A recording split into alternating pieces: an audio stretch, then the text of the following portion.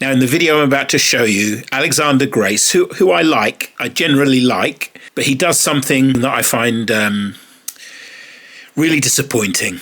He almost always has a brilliant analysis and breakdown of the problem, and he talks about the problems between men and women and male-female relationships. So he's going to break down the problem brilliantly. He always falls down when he offers a solution, because his solution comes from a place of, what I would say, comes from his mother wound. And the mother wound is epidemic amongst Western men. And it is caused by your mother taking out her resentment either from previous boyfriends or previous hookups, or her resentment towards your father on you as her son. And when a woman is feminist or feminist adjacent, or just basically doesn't really respect and like men, she cannot help but take that out on her son.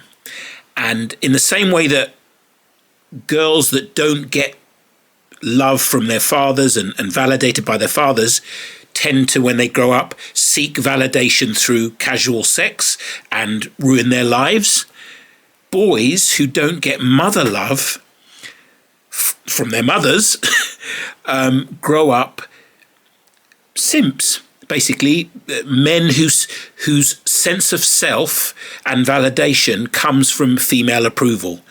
And that is the death knell for genuinely healthy relationships.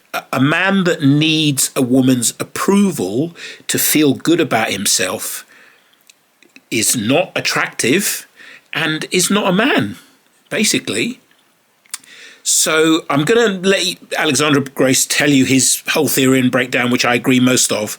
And then when he gets to his solution, I'm going to point out why his solution won't work and comes from a mother wound.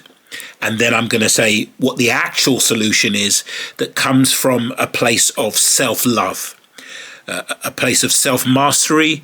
I am a man that loves myself. I don't need anyone else's approval, woman or man. I've healed my mother wound. I had a big one, but I've healed it. I've healed my father wound. I'm healed. And I'm going to give you the solution that can only come from someone who's healed. And so we can compare the kind of the worldly solution of Alexander Grace, which many people in the world would agree with, and then the spiritual solution that I give, and we can look and see which we think would actually work. Okay, let's get into it. Your wife is not going to apologize.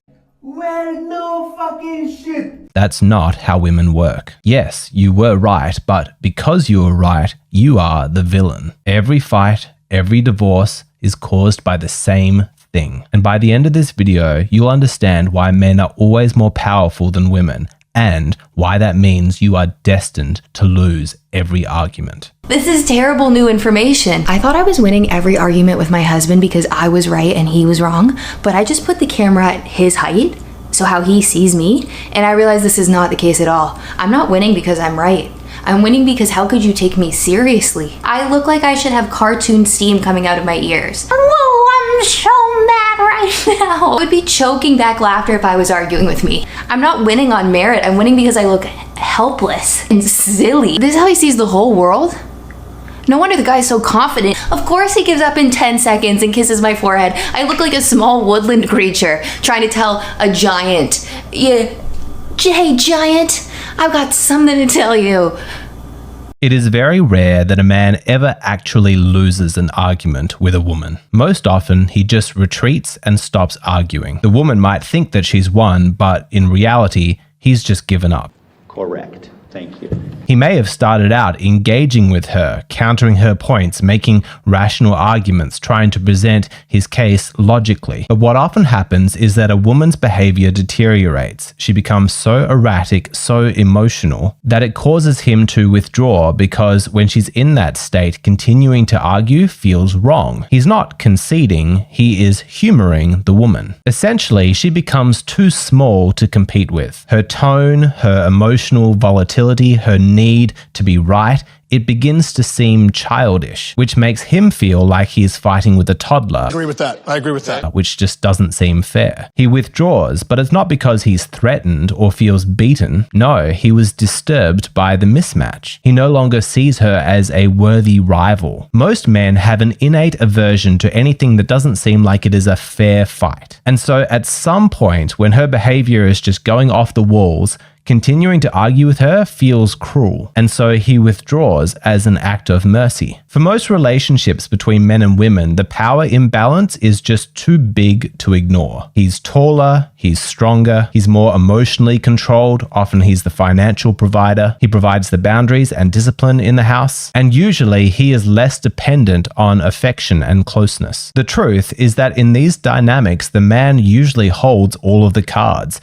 and that's the real reason why he puts his weapons down. But this begs the question, if the power imbalance between men and women is so vast, how are you meant to resolve conflict with your wife or girlfriend? What's a man to do? Because if he fights back with full force, he's a bully. But if he just capitulates, he loses her respect. Men don't know what to do. How are you meant to be in conflict with a woman? What are the rules? In one form or another, this confusion is the reason why you got divorced, why you and your ex-girlfriend broke up, or why you and billions of other men across the planet had an argument with your partner last week. Fundamentally, you just don't understand how you are meant to compete with a woman. You know how to compete with other men, and women know how to compete with other women. But when men and women clash, it's like they're not even playing the same game. It's like putting a basketball player and a golfing pro next to each other, blowing the whistle and saying, okay, start. How are they meant to do that? What game are they meant to play? What are the rules? This is my point. It's almost impossible for men to actually argue with women because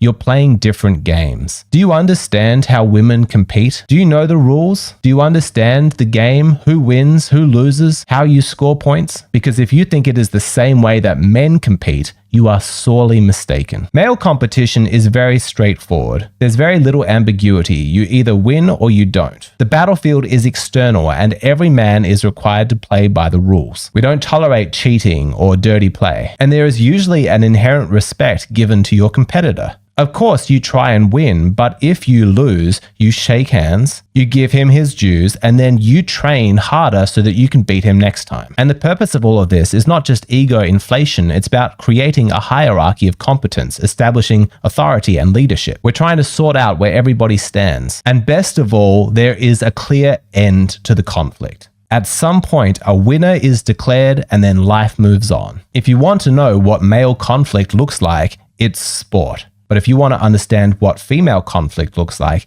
it's reality TV. There's no respect for your competitor and there's certainly no end. The competition doesn't just stop at some point when the whistle is blown. You watch the Housewives or one of those reality real estate shows, you'll see that they are able to drag female conflict out for seasons. Female competition is indirect. They very rarely openly challenge each other. It's not about force, it's about perception, status, emotional control, social alliances. And the weapons are completely different. Gossip, vulnerability, even compliments can all be turned into weapons. And for women, plausible deniability is essential. The most effective strike you can land upon an enemy is one where you pretend that you're their friend. And women feel triumphant not through any external measure of goals scored, but from being the one who is socially included. The winner is subject to democracy. It's a popularity contest. And because there's no reference to objective standards, establishing a hierarchy is not the purpose. It's about conquering emotional and social territory. That means that the conflict never ends. Things are always shifting, which leads women to be constantly on edge, unsure of themselves and of their position. It creates a high level of anxiety and a debilitating fear of being judged. Do you see how different this is? Why conflict resolution is almost impossible? The two of you are playing by completely different rules. So what does this mean for you and your relationship? How are you meant to resolve conflict with a woman? So much in women that drives me nuts is women who can't apologize. Oh, accountability.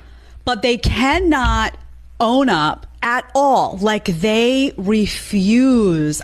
So much so that a guy that I dated before I met my husband, I remember we had some type of argument and I said, I'm really sorry. I shouldn't have said something that way. And he almost passed out because he was like, no woman in his life had ever said, I'm sorry. Of course. And he was like, what the hell? Of course. But I see women, even my friends will have a fight with their boyfriend or their husband.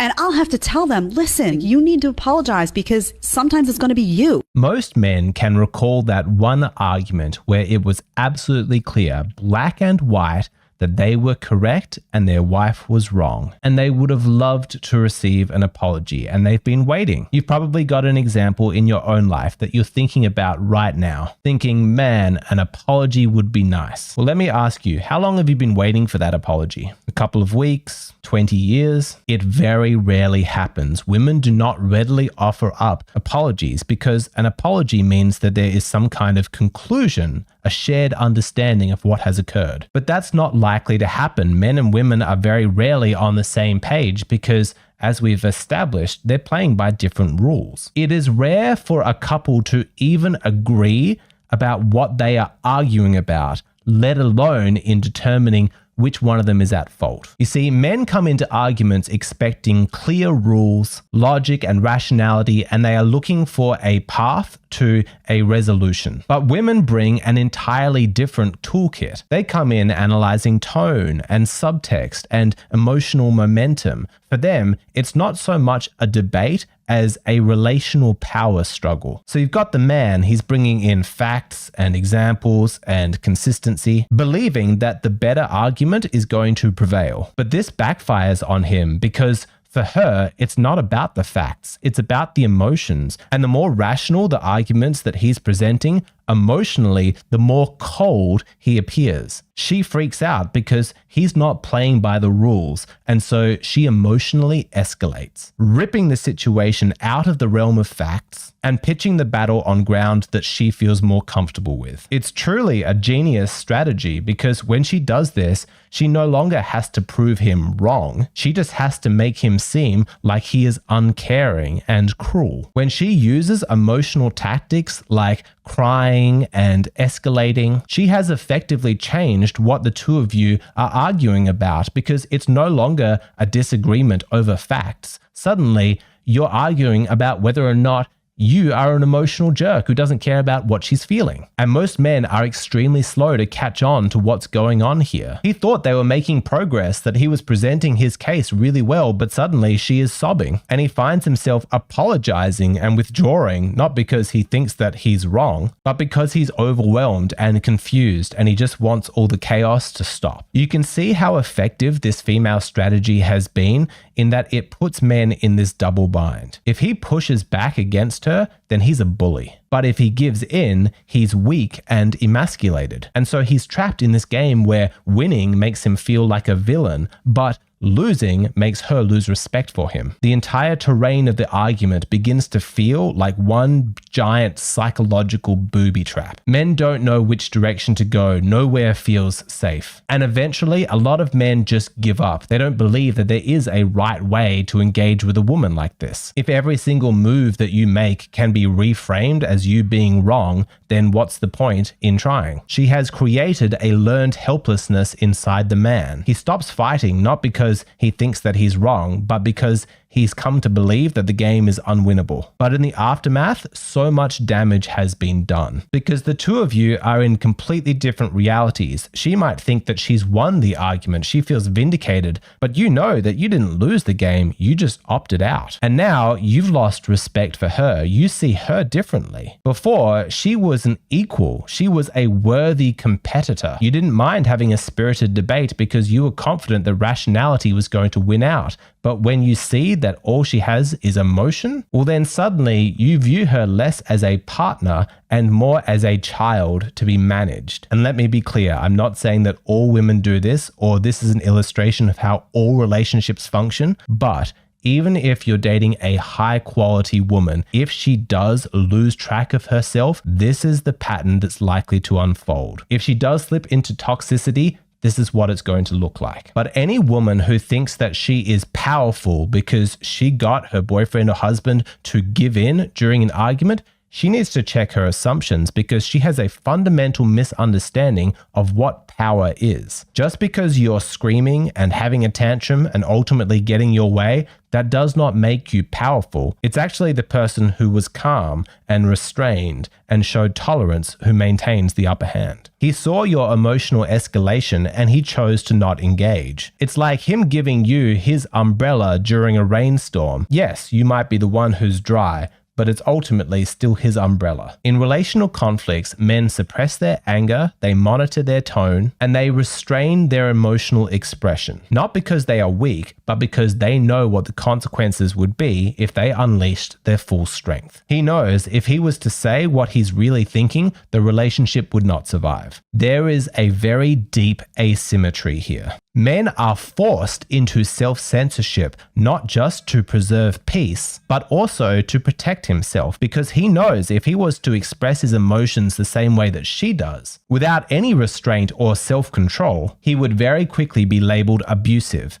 toxic, dangerous. The double standard here is enormous. A woman can be emotional, reactive, even cruel, but all of her behavior is going to be dismissed and justified. Oh, that's just her feelings. She's just having an emotional moment. If men started acting the way that women did, even just 10% of it, they would be labeled unstable. The unacknowledged truth is that in our society, men are held to a much higher behavioral standard. This is a privilege that women will not admit that they have, but it is absolutely true. They have the freedom to act really badly and then just blame it on their emotions. In practical terms, what this means is that in individual relationships, it is typically the man who carries the emotional responsibility of that dynamic. Just like I explained in my Rational Pig video, I'll put a link to that one below if you haven't seen that yet, it always falls upon the strong to care for the weak. And so what is the solution? Truthfully, women need to do better. Erroneous!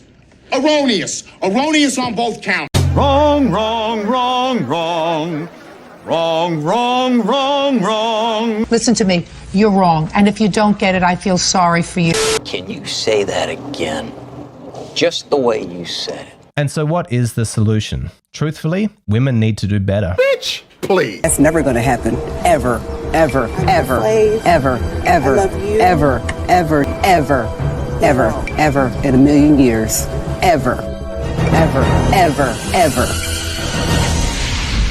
The sad fact of the matter is that this toxic behavior gets excused because it is gendered. There is no way to justify throwing tantrums, abandoning rationality, and emotionally escalating in the middle of a disagreement. It is childish behavior and it needs to be condemned. But because it so strongly presents in women, this behavior gets the de facto protection of feminism, as though this kind of behavior is inherently justifiable because it's most commonly coming from women. I don't buy it, and I hope that you don't either. We need to raise our standards. We need to expect better. If you are in a disagreement with a woman and you are sticking to the facts, trying to find a resolution, and the woman that you're arguing with just says whatever comes to her mind, she's changing the topics, she's emotionally escalating, that's not okay. It's childish. And I understand my words are strong and I have a male bias, but I don't care. There is a right and a wrong way to resolve conflict, and women on the whole need to do better. You don't know what you're talking about, do you? Having said that, my advice to men to make your life easier is to assume that every argument that you are having with your girlfriend or wife is not about what you think it is. It's not about the chores. It's not about that look that she thinks you gave her. It's about her fears. She is scared of losing connection to you. Do not assume just because she's complaining about one thing that that's actually what she's upset about. I'm not letting women off the hook. They need to do a better job of identifying what it is that they're feeling. They need to grow in their self-awareness, but you can help in this process. What you just said is one of the most insanely idiotic things I have ever heard. At no point in your rambling, incoherent response were you even close to anything that could be considered a rational thought. Everyone in this room is now dumber for having listened to it. I award you no points, and may God have mercy on your soul. So, Alexander's solution to the problem that he laid out pretty well is that women need to do better. That is absurd. For somebody that understands female psychology as well as he doesn't understand women at all, really, and he certainly doesn't understand behavioral change. He doesn't understand what it takes to get somebody to change their behavior, and that's what you're talking about. Women need to do better. My point, as I put in my gifts, that's never going to happen. So it's no solution at all. The solution, women need to be better, is no solution, because women aren't just going to be better because you say so. People change their behavior based on incentives. You have to incentivize people to change their behavior because, a body in motion remains in motion unless a force acts on it. Inertia. People will just be as they are until some force acts upon them to change how they are. And that force in human life is incentive. You have to incentivize women to be better. You're saying that women should be better because it's the right thing to do, and there's lots of divorce, and it's not good for society, and it's not good for the kids and all that. But women already know all those things, and they still act like this. So you're not offering them any reason to change their behavior. You're just saying you should change your behavior because your behavior is causing these problems, which it is. But you're also ignoring, and this is the bit where I don't understand that he doesn't understand this about women, because he does understand it, but he doesn't understand it deeply enough to know why it is. I mean, the whole video is about the fact that women don't take accountability. So for women to accept that they are causing these problems through childish tantrums and emotionality, they would have to be able to take accountability. And the whole point is they can't, and they don't. They're allergic to accountability, and there's good reasons for that. Evolutionary biology and psychology reasons why women are not built to take accountability. I won't go into it here. I've gone into it in other videos. But it's not women's fault that they don't take accountability. It's just the way they're built. It's part of female nature. And so, because they don't take accountability, they're never going to see themselves as the problem. They're always going to see the man as the problem. And that is why women need to do better will never work. That's why I put that meme in there, ever, ever, ever. Because it will never work. Because women will never see themselves as the cause of their problems. That they're just not built that way. That's why women don't say sorry. That's why women don't hold their hands up. Also, a lot of the stuff he said is true, but fundamentally, women they're allergic to accountability for very good reason, which is evolutionary. So, that won't work. What's next? Oh yeah, what will work? Okay, so yeah, that's right. So what he said is that what a man should do is just realize that whenever you're in an argument with a woman, it's not about the thing that you think you're arguing about. Again, that's true, but it doesn't help, because just because the man realizes that the argument is disingenuous and that the woman is wanting to feel safe and wanting to connect with you, all those things are true, but they're also the woman's responsibility. It's the woman's responsibility to recognize this fundamental thing, because everything that he's talked about can be put in much simpler terms, because there are women that don't do this.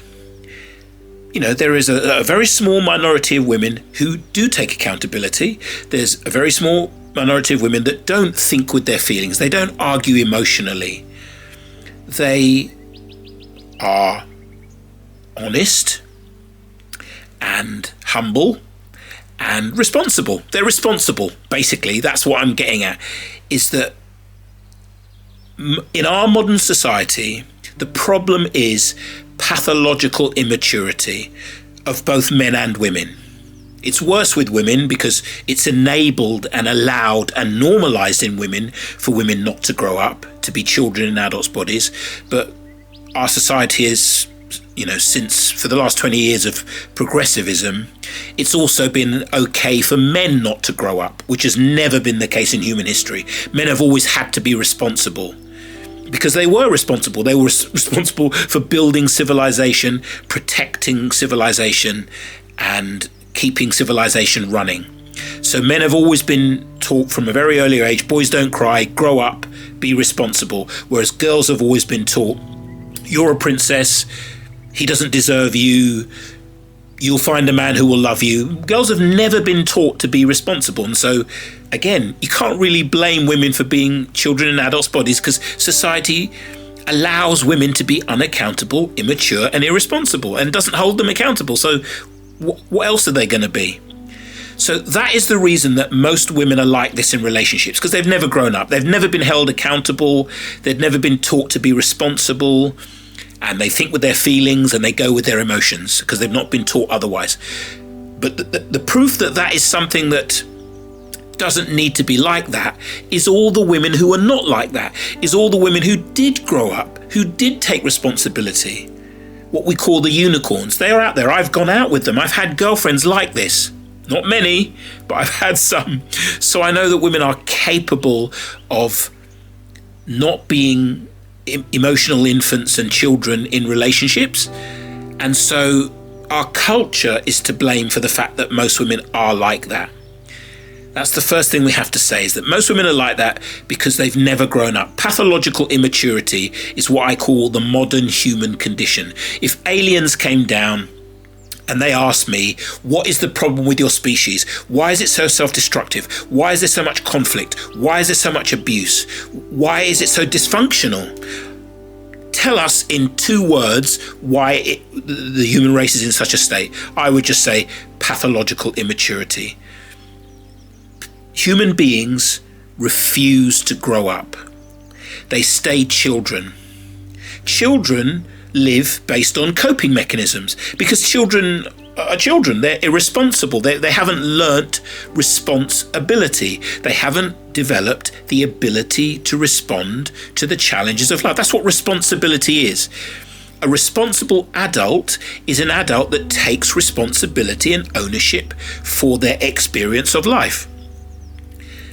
And children aren't old enough to do that because their brains haven't developed and they haven't lived enough life. So you don't expect children to be responsible. But growing up means that you stop living through coping mechanisms. And coping mechanisms are, a tantrum is a coping mechanism. Throwing a tantrum is a coping mechanism. Denial and suppression is no, I didn't do it. No, I didn't eat the chocolate. No, he did it. She did it. Yeah, denial. Like children deny their wrongdoing, is a coping mechanism. What's another coping mechanism? Distraction. So for kids, it might be watching cartoons or playing games or on their phone. But for adults, it's social media scrolling, drugs, alcohol, sex, workaholism, seeking fame and power. That's all distraction. That's all, instead of sitting with my fear and my pain as it arises so that I can heal it, I will watch television, or I'll scroll social media, or I'll go to a bar and have a drink, or I'll smoke weed, or take Charlie, or chase women, or chase men. Those are all distraction. Those are all coping mechanisms. They're all the coping mechanism of distraction. And then the one that no one seems to notice, which is probably the most common, projection. That's the other way we deal with life. That's the other way we deal with fear and pain. We disown it. So we feel something bad. We have a bad feeling caused by something we did or the way somebody treated us. And instead of owning that it is our feeling, everything under my skin is mine, is the mantra I use. If I have a feeling or a thought, it's mine. It's no one else's responsibility, for the simple fact that I am the only one with the ability to respond to that feeling. No one else can make me happy. I make myself happy. So I am responsible for what I think and feel. Therefore, I never blame someone or something outside of me. But that's not how human beings are. 99.9% of human beings, women and men, when they have feelings and experiences that they don't like, they blame the world, the government, their parents, their boyfriend, their girlfriend, their husband, their wife, their children. their environment, poverty, not enough money, the list of the blame game is the most popular game in humanity. Playing the victim of circumstances is the most popular game of humanity and is the most unspiritual thing to do. Victimhood, blame, is the most unspiritual thing to do. In the way of mastery, which is the Christ consciousness enlightenment pathway I practice and teach, we have something called axioms. And the first axiom of mastery and Christ consciousness is nothing I experience is caused by anything outside of me. I experience only the effects of my own choice. That is radical responsibility. That means that you literally decide that you are responsible for everything that happens in your life. That is the most empowering attitude to have. Radical responsibility. Never blame, never complain, never project, never play the victim. That will turn you into a master quicker than anything. And our world takes the opposite point of view. Our world, built on cultural Marxism, woke progressivism, is everything you think, you feel and think is somebody else's fault. Straight white men, the patriarchy, straight people and gendered people and colonialists. Everything that a woman, a person of color, a gay, trans, Islamic, third world person feels painful or feels upset or feels is the white man's fault. Basically, they have made the most unspiritual attitude, victimhood and blame. They've pedestalized it and made it the highest value in the culture. That's one of the reasons I know we're living in the end times, because when the world, that's literally creating a hell on earth. Because as I said, the most spiritual way, the closest way to God is radical responsibility, because God is radically responsible. God knows that everything God experiences, God created. God is responsible, able to respond to everything it experiences because it knows it created it all. We are God. We are creating our reality. And so we should be responsible for everything we experience. That leads to enlightenment. It just simply leads to knowing that you are one with God, because you perceive the world and respond to the world as God does. Woke progressivism and all that stuff makes you the devil. It literally makes you the devil because it makes you completely irresponsible, pathologically immature. Blame, blame, blame, project, project, project, cope, cope, cope, victim, victim, victim. So that's the actual problem that we're dealing with. And it's the reason that I'm just not interested in relationships. I've outgrown them. I don't need somebody to love me to feel the love of God. Most masters are single and solo anyway, so that's fine. But for people who still want to be in relationships, for men that still want to be in relationships, his advice is terrible. Here is advice that will work.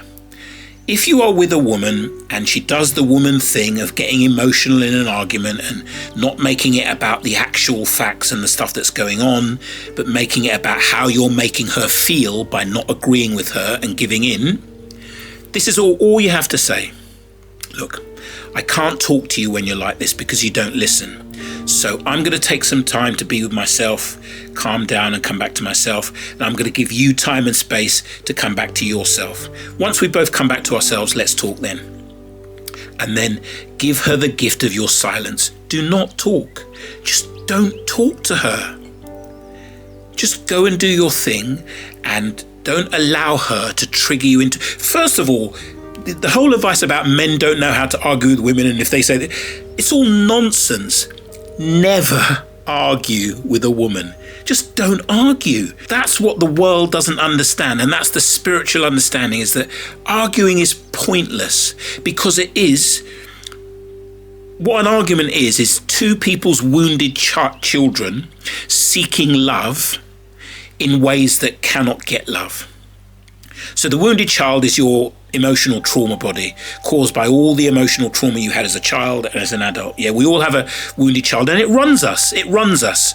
When we're afraid, it's because of our wounded child. When we feel pain and triggered, it's because of our wounded child. So almost everything we do is to soothe our wounded child. So we're always seeking validation and love and attention and approval, because it makes our wounded child feel less, fucked up. So the goal of life, the goal of awakening is to heal your wounded child. That's what awakening is healing. Awakening is healing. It's healing all the trauma, getting all the blocks out, so that you return to your original nature, which you had as a baby. Babies are enlightened. If you ever looked into the eyes of a baby, they're not thinking, they've got no monkey mind, they've got no, they're not projecting, they're not distracting, they're not coping, they're just being here now. And that's what enlightenment is. So the wounded child is what keeps us in conflict and disturbance and unhappiness and dissatisfaction. So arguing, when two people argue, it's because their wounded children are triggered and their wounded child has possessed them. And both wounded children are trying to get love so they can feel okay, but they're incapable of giving love. And the thing about love is that you only get it when you give it. You have to give love to receive love. But everybody's going around trying to get love, trying to acquire love, trying to grab love. And it just doesn't work. It just doesn't work. Like I say, we're pathologically immature. We haven't grown up. We haven't learned to be responsible for our love. We haven't learned to love ourselves, which allows you to access the love of God, because the love of self is the love of God. God loves you infinitely, eternally, and unconditionally. And when you feel that love of God, you realize that you are lovable. You are inherently lovable, and you start to love yourself. And you don't feel guilty, and you don't feel ashamed, and you don't feel unworthy, and you don't feel not good enough. You just feel okay all the time. That's what enlightenment is. That's what mastery is. That's what awakening is. You just feel God's love and experience it as your love of self. Once you love yourself, you don't need to try and get love from someone else. So you're out of the competition for attention and approval and fame and status and all that nonsense that the world is built on. When you're a master, you just don't have anything to do with that. You don't need a woman, you don't need a man, you don't need a pet, you don't need anything. That's not to say that you can't enjoy the company of a man or a woman or a pet. I love dogs, by the way, and I do see myself having a dog at some point. I don't see myself having a woman, though, because she would have to be enlightened. I can't be in a relationship with a woman who's not enlightened, because I don't have time to deal with this kind of shit. Even though I know how to deal with it, and I've had girlfriends and dealt with it in this way, and it works. You just say, look, I can't talk to you when you're like this. I'm going to take some time for myself, give you time and space, and we'll talk when you're back to yourself. Yeah? And if the woman is too immature to accept that, you'll break up, which is perfect, because you don't want to be going out with somebody that immature. If she is mature enough to see herself and to take responsibility for her wounded child, and she knows how to self-care and self-parent, she'll do that, and then you two come back together again and you sort it out. That's how it works in a healthy relationship.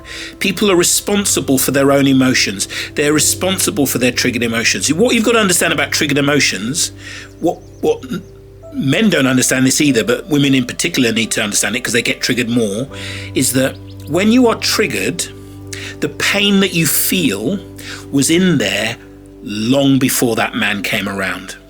So he's responsible for triggering it, but you're responsible for the pain. It's your pain, but you blame the man for triggering something that is yours. And that is what I mean about a lack of accountability, a lack of maturity, a lack of responsibility, and a lack of ownership.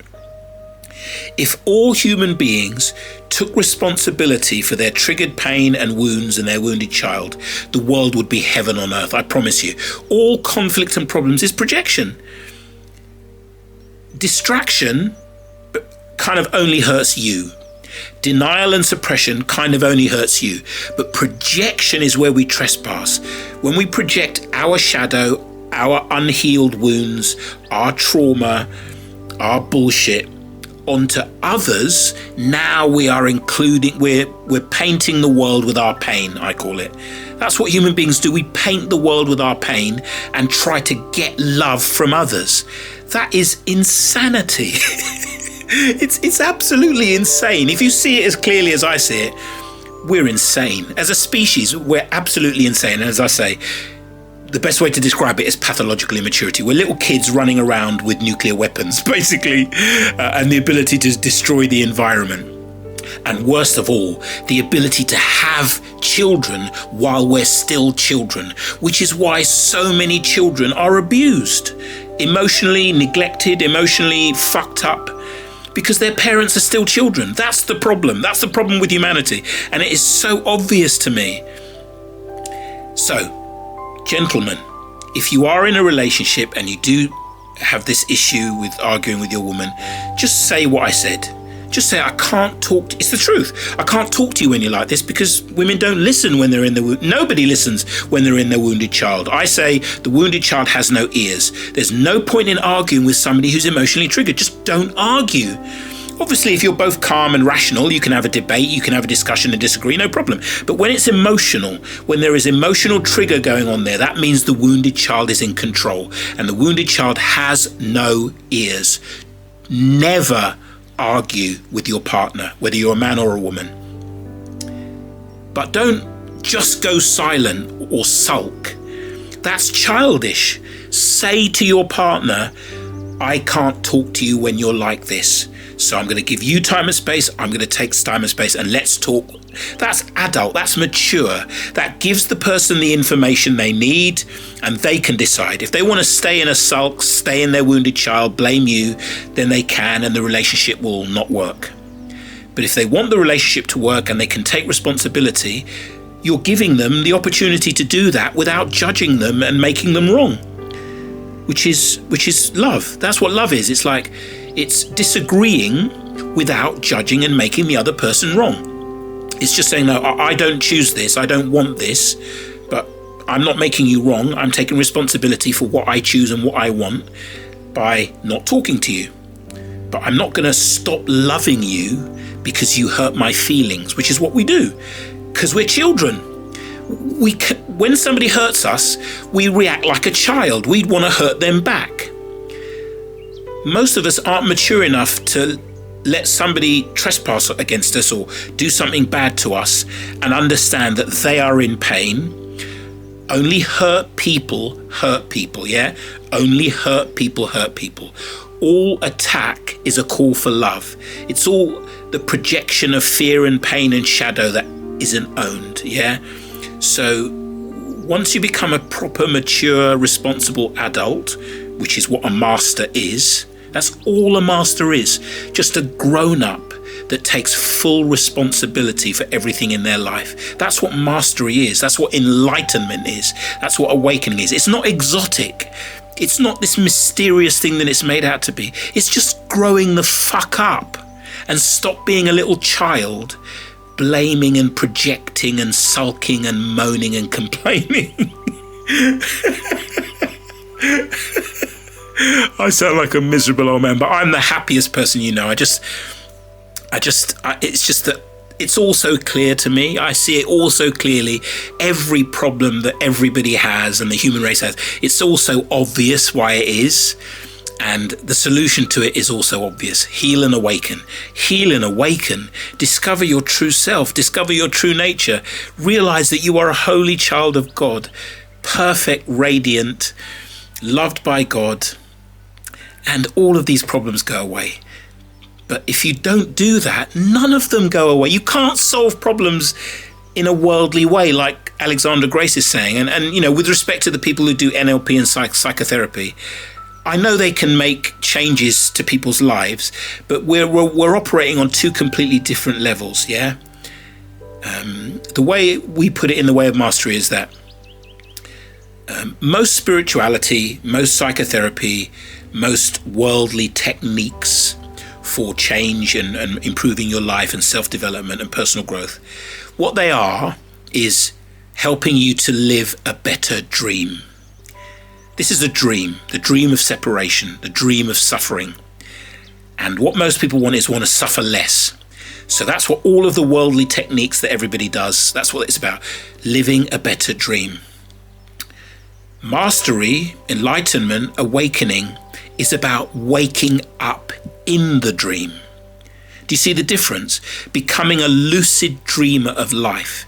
If you've ever had a lucid dream, or you know anything about lucid dreaming, a lucid dream is when you know you are dreaming while you're dreaming. And so you can consciously create the dream that you want. You can literally turn a nightmare into a beautiful dream. And that is what Jesus did. That's what the Buddha did. That's what Lao Tzu did. That's what I do. That's what all masters do.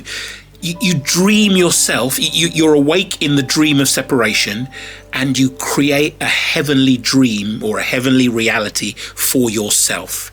That is mastery. That's what I'm about. That's what this group is about. That's what I teach. That's what I mentor. Mastery. Waking up in the dream. Everything else, psychology, philosophy, NLP, blah, blah, blah, blah, blah, blah, blah. I'm not saying they're not helpful. I'm just saying all they do is make the dream better, but you're still asleep. You still think the dream is real, but it's just a better dream, a more pleasant dream. But as you've probably noticed in life, nothing in the world, which is all temporary, can bring you lasting fulfillment, lasting meaning, and lasting satisfaction. Life is dissatisfaction. Life is suffering, the Buddha said. He actually said, life is dissatisfaction. That's because the life of the ego, the life of the dreamer, the one that thinks they're separate, is dissatisfaction. The ego can never be happy, never be truly happy and satisfied, because it lives in illusion. It believes it is separate and therefore lives in fear. And anyone who lives in fear will never be fulfilled and happy. The only way to be fulfilled and genuinely, joyfully, blissfully happy all the time is to be fearless, to have no fear. And the only way to have no fear is to know who you really are. You are one with God. You are one with the whole, with the all. You are one with the whole. You are everything. That's how you can not feel fear, and that's how you can actually be unconditionally happy. That's what I am. I'm unconditionally happy. It doesn't matter what happens to me. I'm always happy because my happiness shines forth from my knowing of myself. Yeah? That is the goal of life. Unconditional happiness through self-knowing, true self-knowing, knowing yourself as the self, as God, as Christ, as Buddha. That is the goal of life, and anything under that I'm not interested in, because it's temporary. It will bring you temporary happiness, but you'll go back into the fear of the ego, and the fear of the ego includes shame, guilt, unworthiness, projection, denial, cope. That's just the life of the ego. It's unhappiness, and it always will be unhappiness and dissatisfaction. So you have to let go of the ego. You have to transcend the ego and realize your true nature, your true self, and your true identity. So all these solutions I hear people offering are not solutions. And yeah, okay, ran over. Let me know in the comments what you think. Lots of love.